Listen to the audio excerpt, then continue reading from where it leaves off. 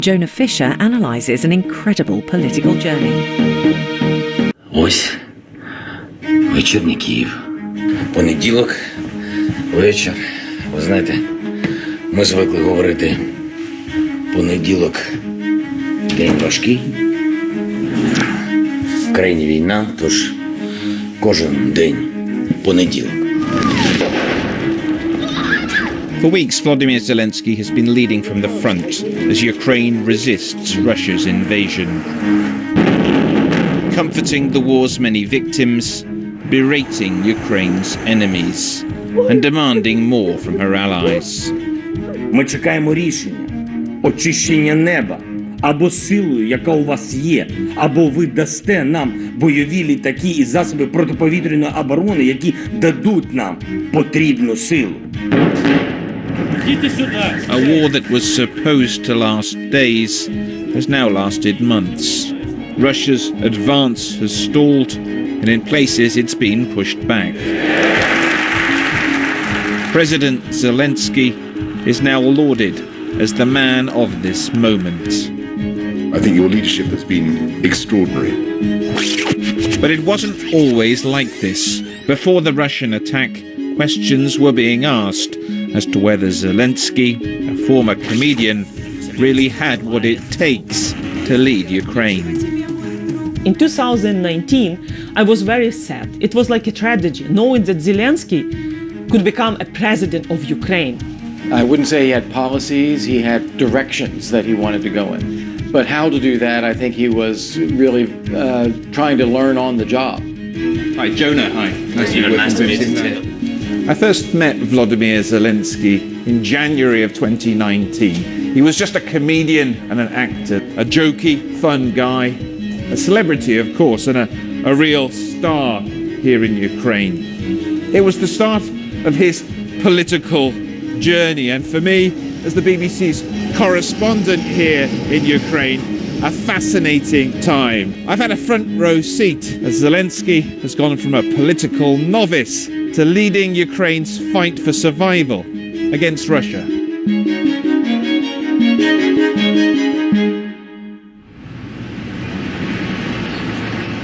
Happy birthday, Oscar. Thank you. Do you know we're almost the same age? I'm about to be 41 as well. Тоже ему 41 скоро. Unfortunately, I'm not ready for president. Who knows? Nobody knows. The 25th of January 2019, Volodymyr Zelensky turns 41. It's also the birthday of one of the most extraordinary stories in modern politics. In the centre of Kiev, Ukraine's most famous comedian and actor is signing papers to officially become a candidate for president. None of us in the press pack outside are quite sure whether we're part of a joke that we've not been let into, or whether it's something more sincere. Люди зрозуміють, що все-таки це була не якась там реклама, що я людина слова, якщо я вирішив, я це роблю, це не фейк, і я дуже серйозно. As it turns out, for perhaps the first time in his life, Zelensky was being serious. But asked to spell out his policies, it all seemed a bit vague. On Ukraine's existential issue, Russia, for example, he seemed to think that foreign investors might deter an attack. Это будет сильная защита. Никакие русские, никто на нас не нападет, как только у нас тут будут еще сильные иностранные компании, которые будут защищать вместе с нами нашу территорию. The campaign was now on, but Zelensky was still making TV shows. Или теперь весь юмор будет про меня? Про вас. What's going on? We were invited back to the offices of his production company, Kvartal 95, for a look behind the scenes. So this is where you plan your comedy shows? Yes. Not only comedy shows. Everything on TV. We have documentary, dramas, movies. We have two big satire shows, political satire. The first stage, when we create the ideas. The guys are sitting here. They are the chiefs of different groups. So we have many script writers, different humor. They speak about the ideas, and I'm the decision maker. So you're deciding whether their ideas are funny or not? Yes. our audience, especially TV audience, yes, it's a little bit older than, for example, movie audience is in feature films. So what sort of humour do people like here? If you were to compare it to like British humour, we love British humor. But for example, if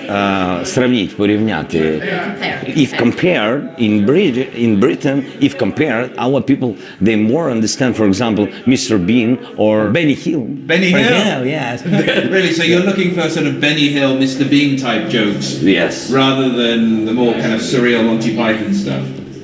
Yeah. For almost 25 years, I only thought about him as a comedian, professional comedian, a good one, quite popular in Ukraine, but nothing more. Yerema Dukh is a political consultant and used to work for Zelensky's predecessor as president, Petro Poroshenko. In Ukrainian entertainment business, Volodymyr Zelensky was a huge star. I think he had like 95% plus of recognition among average Ukrainians. So I would say that everybody knew him. Всем привет, дорогие друзья! Я Владимир Зеленский. Я подарил свой голос потрясающему, харизматичному, доброму медвежонку Паттингтону. A big star, but unashamedly populist too.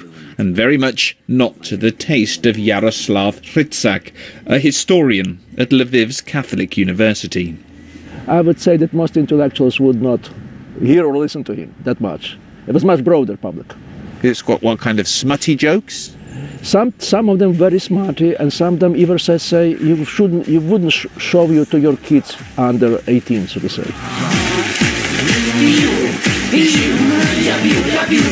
But the most recognizable when he was nude playing on the piano, and you could imagine this was part of his body. He covered a very wide spectrum, so to say. But the point is that some of the jokes were extremely crude. Crude? Yeah. And therefore his enemies, his opponents, they used to show this clip as a proof that he is not capable to do any kind of political activities.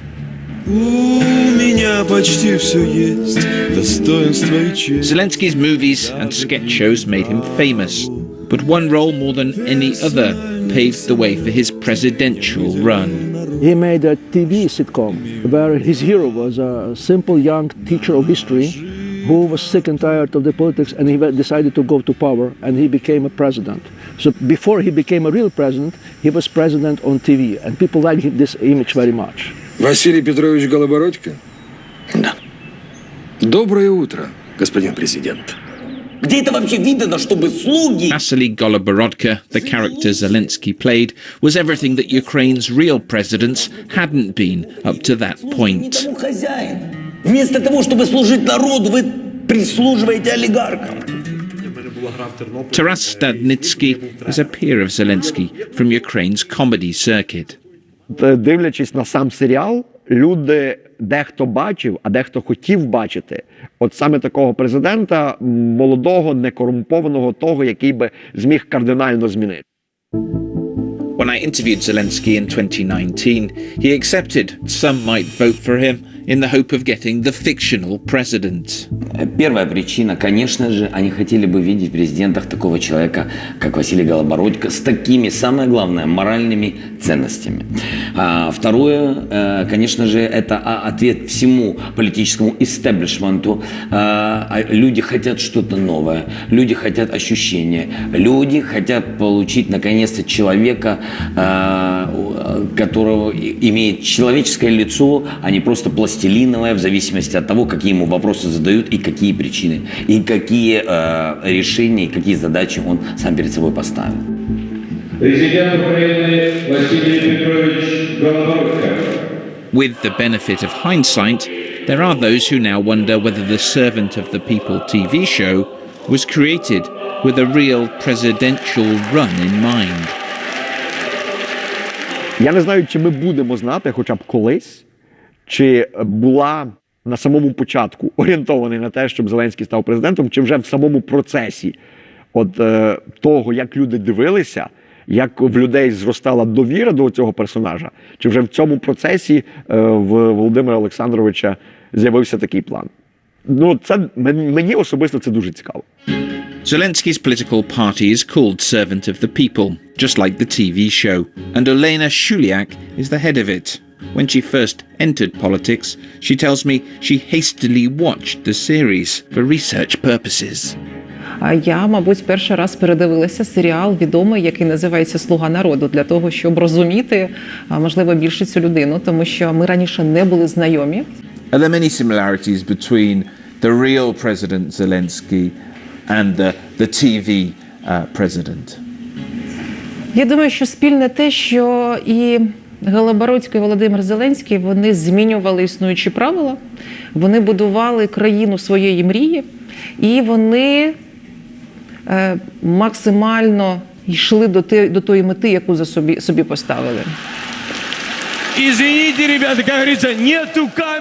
Zelensky's sketch shows, broadcast in prime time, lampooned Ukraine's political class, like his predecessor, President Poroshenko, who owed his fortune to a sweet shop chain.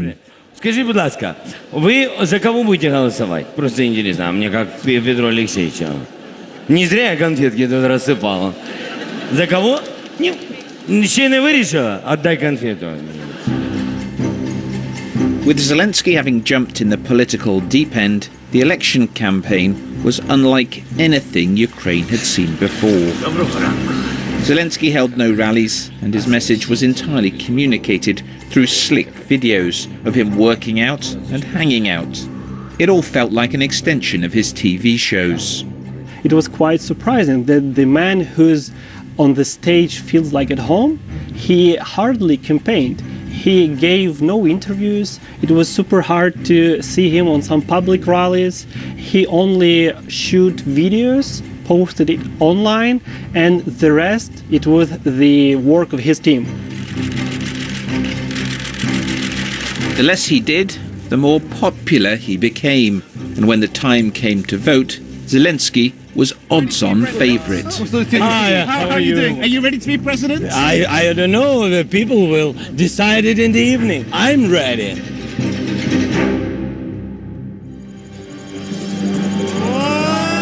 That night, Ukraine's political earthquake was confirmed. Zelensky had won with 73% of the vote. So there we have it. Fact will follow fiction. Ukraine's television president is now going to become this country's real president. Incredible. I think that President Poroshenko team expected to see some other old politicians who they were familiar with, but to be defeated by the guy who literally were like joking about you a year before, that's unbearable. For reformers like Hannah Hopko, the triumph of a completely unknown quantity like Zelensky was hard to comprehend. In 2019, I was very sad. It was like a tragedy, knowing that Zelensky could become a president of Ukraine, country which faced Russian ongoing aggression. So I was really afraid, chairing the Foreign Affairs Committee, having access to classified information, and just understanding that Zelensky could become a president of Ukraine. But then I met my spiritual friends, and they told me, like, Hannah, please, let's trust God. Because I trust God that He has a special purpose for Ukraine in 21st century. So let's see. In his speech to Parliament, immediately after having been sworn in, Zelensky focused on what had been his number one election promise: to end the war with Russian-backed forces in eastern Ukraine. Запевнити, задля того, щоб наші герої більше не гинули, я готовий на все. І я точно не боюсь приймати складні рішення. Я готовий втрачати свою популярність, свої рейтинги. І якщо буде треба, я без вагань готовий втратити свою посаду, щоб тільки настав мир. Не втрачаючи наші території. He basically believed, and I believe he really believed that The war is going on because of Poroshenko, because Poroshenko doesn't want to finish the war, because this Poroshenko, since he corrupted, the corruption is, under the war creates a very profitable conditions for corruption, so to say. And therefore this applied again. He didn't really see that the real cause of the problem is not Poroshenko, but Putin. There were some early signs that this new approach might bear fruit. A prisoner exchange took place, with Zelensky on hand at the airport to welcome the captives home. We have to do all the steps to finish this horrible war. But do you think this is a new chapter in relations between Russia and Ukraine? I think this is the first chapter. Kurt Volker was an American envoy to Ukraine, and I travelled with him to the conflict zone in 2018. He says that in Zelensky's first few months in power, he believed he could do a deal with Russia's president. I remember even in our first meeting saying that I understand you want peace, but Putin doesn't want peace, that this is what he wants to do. He's attacking Ukraine on purpose. It's not for lack of some formula. He's doing it because he's trying to weaken Ukraine. And I think he was initially skeptical of that. But I think as he tried to talk with Putin, he tried to do a couple of prisoner exchanges, I think he came to the view that actually Putin is fighting a war that he wants to fight. Later that year, the only meeting between Zelensky and President Putin took place in Paris, with the leaders of France and Germany acting as chaperones.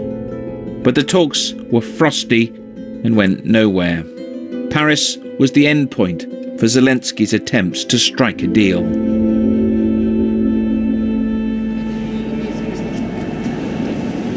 Until this war broke out, Zelensky's time as president was showing some signs of fizzling out. He'd promised a lot and, perhaps understandably, was struggling to deliver on it.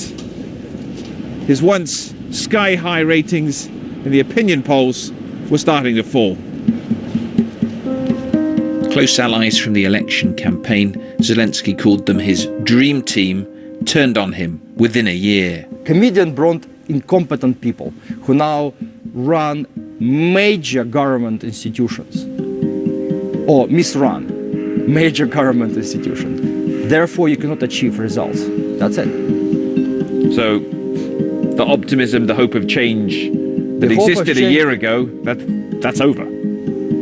I would say that many things are over. For example, promises, by the way, another promises of his was fighting with oligarchs. It's over. I think reforms, window of opportunity is closed. Ruslan Ryabashapka was sacked as Attorney General after just 7 months. He says for pushing too hard to tackle corruption and the powerful oligarchs. Or perhaps he became tired with all this reform and he decided to be in a more comfortable situation without any bad news, any bad discussions with so-called with reformers, and he chose another options to be in warm bath. Effectively, you're saying he chose the side of the oligarchs over the side of the reformers. Yeah, absolutely, it looks like that.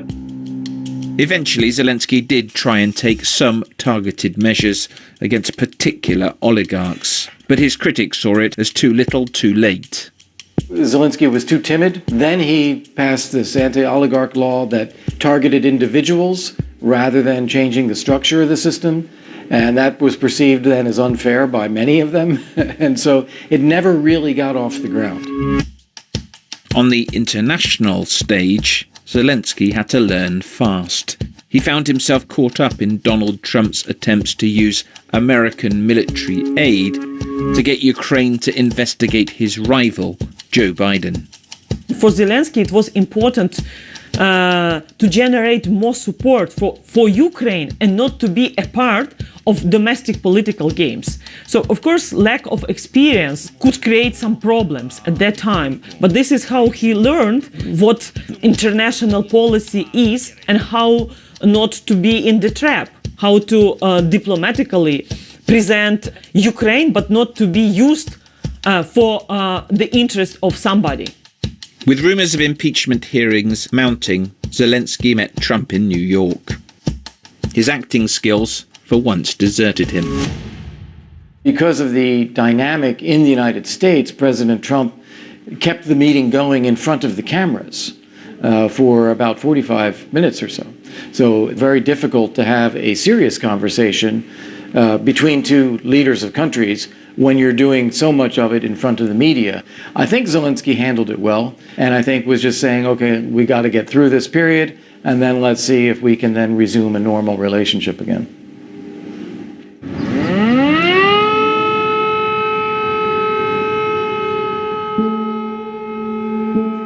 Then on February the 24th, everything changed with the start of the Russian invasion. A man who turned to politics just 3 years before was now facing down the world's second most powerful army. Всім добрий вечір. Лідер фракції тут, голова Офісу президента тут, прем'єр-міністр Шмигаль тут, Подоляк тут, президент тут. Всі ми тут, наші військові тут, громадяни суспільства тут, всі ми тут. Захищаємо нашу незалежність, нашу державу. І так буде й далі. А я думаю, що він навіть не розглядав рішення покидати Україну. Він спочатку вирішив, що він буде в Києві, він буде там, де потрібен президент.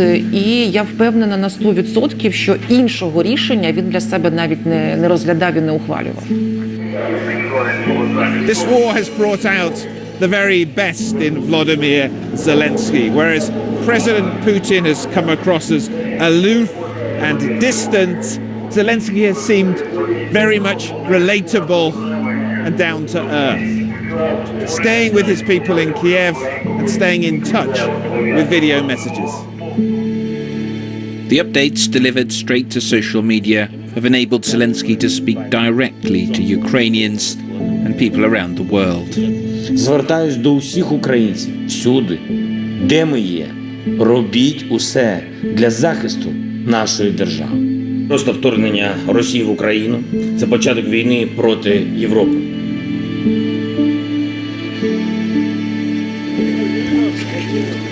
At times, the news has been almost unspeakably bleak. Through it all, Zelensky has sought to raise spirits and to inspire hope. Вперед, з кожним днем нашого захисту ми наближаємо такий потрібний нам мир. Наближаємо перемогу, бо у цій війні просто не можна без перемоги. А так воно і буде. You have a young, smart, charismatic personalities who deliver very simple messages, who basically tell you the truth, and then you see Putin, who is aging, who is hiding somewhere, has this long table, and nobody knows what they're really thinking. Russian TV and the Kremlin have resorted to hurling unsubstantiated insults towards Kiev. Берите власть в свои руки. Похоже, нам с вами будет легче договориться, чем с этой шайкой наркоманов и неонацистов, которая засела в Киеве.